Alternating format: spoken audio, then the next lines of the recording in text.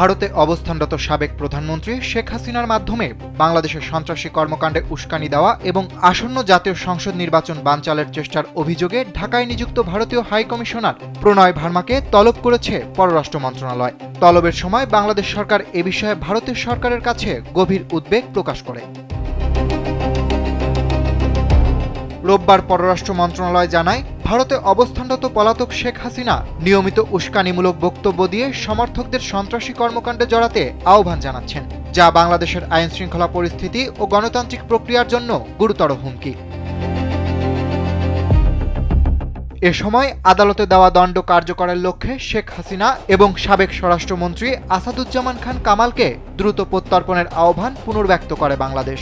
পাশাপাশি ভারতে অবস্থানরত আওয়ামী লীগের পলাতক সদস্যদের বাংলাদেশ বিরোধী কর্মকাণ্ডের বিষয়টিও ভারতীয় হাই কমিশনারের নজরে আনা হয়।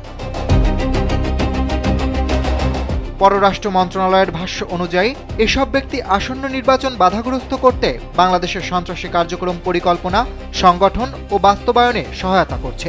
এ ধরনের অপরাধমূলক তৎপরতা বন্ধে ভারতের জরুরি ও কার্যকর পদক্ষেপ প্রত্যাশা করা হয়েছে।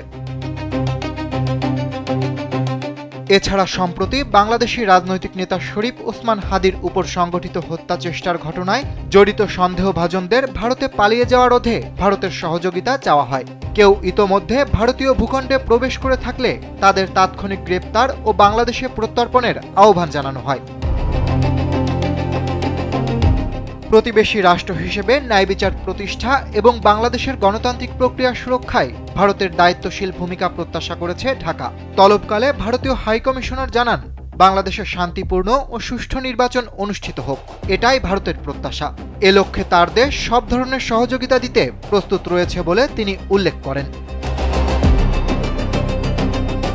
অরিত্র বাসু, কালবেলা।